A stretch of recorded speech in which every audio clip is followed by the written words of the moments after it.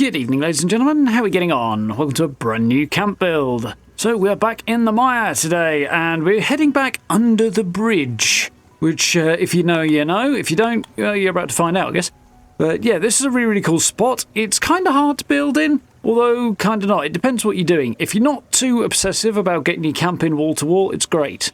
So, little nod to Steve, one of my Steve regulars, who kind of put it in my head to build here again. I built here ages ago, so I'll try and link that one around. But that build was, in some ways, an inspiration for this.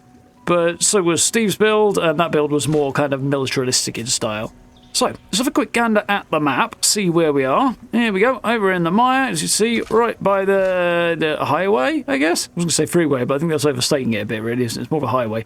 As it just crosses the river there, just south of Harper's Ferry. Got Westex over here, and obviously the White Springs all the way over there. So, well, it's a very popular spot, this, because it's one of the few bridges you can build under.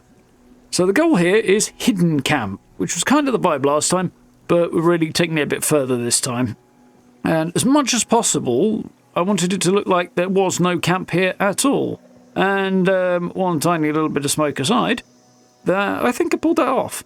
So I have got, as you can see, a market up here. And my idea with this was that truck and a few bits and pieces around it are already here. So I just kind of built that up a bit, made the whole thing look like a caravan had been attacked here. And this is just what was left lying around afterwards. So in that way, I've got my market, people can find it, but the main camp proper is still hidden and out of sight. You can't really see it. Obviously, if you know it's there, people are just going to run straight down below and have a look. But for those who don't, they might miss it. Not that it makes a big difference, but you know. It's the idea of the build, you know. So we can head over this side. This is actually the back of the camp. You can't get in from here.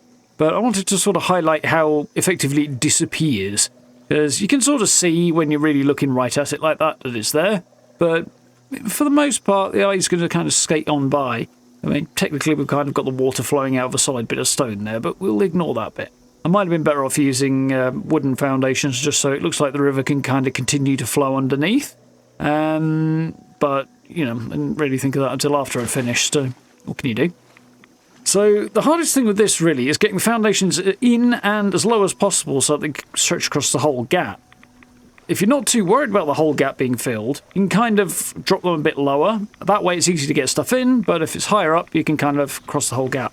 But even if you do that, the walls won't go all the way across, so I've kind of not bothered and just plugged the gap at the edge there a little bit with a couple of posts from the Wavy Willards wall set. Yeah, not going all the way across is much easier because this sort of north side of the stream is kind of a nightmare to build on really down there. So there's a whole section that you really just can't get a foundation in at all, so kind of build around that. I mean, I think it is technically kind of sort of possible, but it's absolute nightmare fuel trying to make it happen. So, yeah, I kind of worked around that and ended up with something that is pretty well concealed. So we'll swing off this side because the actual entrance is on the upstream side here. And I picked that because it's basically easier to hide the door on this side. That was the main thing. I wanted it to look like it's not a camp at all. As much as possible, it's just going to look like a load of debris that's just got stuck under the bridge. And I think we kind of pulled that off. So if we kind of get past the shrubs I've put in to kind of conceal things a bit more, make the whole thing look a bit more overgrown, as you can see, there's a whole bunch of just stuff that looks like it's got wedged under the bridge there. A big flood or something at some stage. I think it works quite well. You wouldn't even know there was a door there. Yeah, quite happy with that. So from above, the whole thing's kind of invisible. Even from down here, it doesn't look like a camp.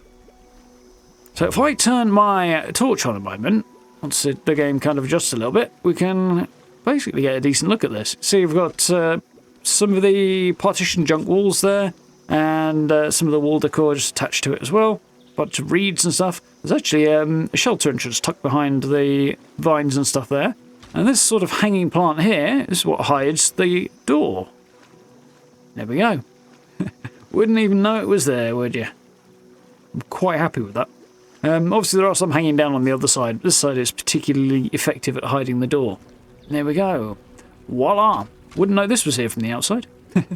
So this sort of corner here, we've got a narrow corridor on the right, as this is basically the only bit you can fully get the foundations down, and sort of behind us here on the left is near impossible to get foundations in, so I kind of walled that off and ended up with kind of dead space here, or spare space might be a good word. So we've got a bit of a decorative corridor. Decided to put a window in there and put my ammo box and my scrap box there, and there's a stash box down below as well. So I'm going to drop stuff off when I get back. Loads of bits and pieces on display. Put some boards on the right there just to kind of cover up the wall, make the whole thing look a bit more complete rather than sort of finished, yeah? Rather than just bare concrete that's there anyway. Tucked a little toilet in here. I have a feeling I've seen somebody else do this, because back here is where you really can't get foundations in. As you can see, I've used those wall attachable floors from recent season to just stand the boxes on, so it kind of looks good through the window. Once we cover it all up, looks pretty decent, I think.